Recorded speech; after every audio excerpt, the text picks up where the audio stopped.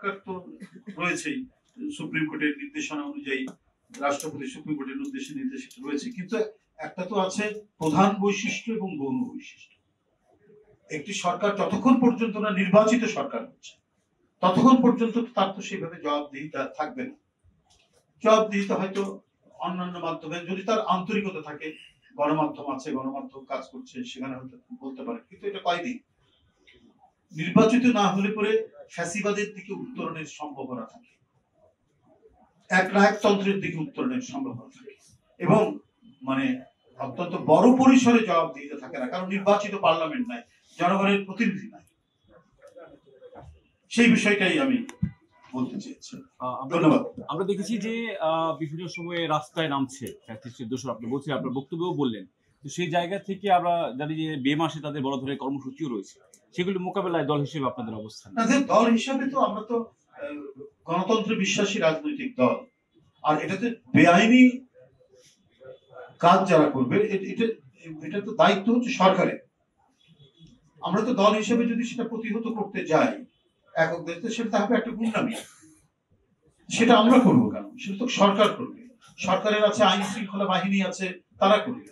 যখন দেখবো আমরা আক্রান্ত হচ্ছি, তখন সেটা দলীয় প্রস্তুতির বিষয় রয়েছে। আমরা আক্রান্ত হচ্ছি বটে, কিন্তু আমরা সরকারের উপর যেহেতু আমরা আস্থা রেখেছি, সমস্ত গণতান্ত্রিক শক্তি 5ই আগস্টের পরে গঠিত এই সরকার, অন্তর্বর্তী সরকারের প্রতি আস্থা রয়েছে, তারা এই বিষয়ে যথাযথ পদক্ষেপ গ্রহণ করবেন।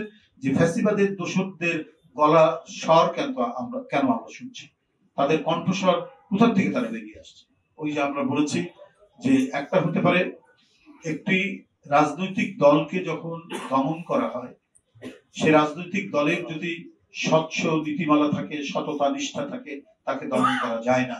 যেমন 15 বছরের ফ্যাসিবাদী জাতাকলের মধ্যেও আমরা নানাভাবে, নানা কায়দায় আমরা আমাদের কণ্ঠস্বর, আমরা আমাদের উপস্থিতি বজায় রেখেছি। ওরা পলাতক, আমাদের নেত্রী পলাতক নয়, ওরা পলাতক, ওদের নেতারা সব পালিয়ে গেছে। ওরা যেটা করছে, তাদের কাছে আছে প্রচুর টাকা, অনেক টাকা পাচার করেছে, কিছু টাকা তো রয়ে গেছে। এগুলো দিয়ে তারা বিভিন্ন ধরনের খুনে বাহিনী, ভাড়াটিয়া বাহিনী তারা তৈরি করে বিভিন্ন জায়গায় আক্রমণ করছে। না হলে রাত 3টার সময় মানবেন্দ্র ঘোষের বাড়িতে তারা কিভাবে আক্রমণ, একটি গ্রামের মধ্যে, একটি বাড়ির মধ্যে। সুতরাং এটা তো একটা মানে ক্রিমিনাল অফেন্স। ক্রিমিনাল অফেন্স এটাতে দমন করবে সরকারের আইন শৃঙ্খলা বাহিনী, তার যে আইনি যে প্রক্রিয়াটা আছে তারা সেটা করবে। আর ওইটা যদি তারা করতে না পারে, যদি রাজনৈতিক দলকে নামতে হয়, তাহলে তো হবে নৈরাজ্য। তো আমরা তো নৈরাজ্যে বিশ্বাসী নই, অ্যানার্কিতে বিশ্বাসী নয়। এটা নামবে হচ্ছে সরকারি বাহিনী, তারা সেই জিনিসটা করবে। নিশ্চয়ই তিনি জ্ঞাত সারে বিষয়টি বলেছেন, এটা আপনাদেরকে বুঝে নিতে হবে। সেটা তিনি আপনাদের কাছে কোনো না কোনো সময় পরিষ্কার করবেন। কিন্তু আমরা যারা রাজনীতি করি বা আপনারা যারা রাজনৈতিক বিশ্লেষক, তারা আপনারা নিশ্চয়ই এটা বুঝতে পারবেন। ধন্যবাদ।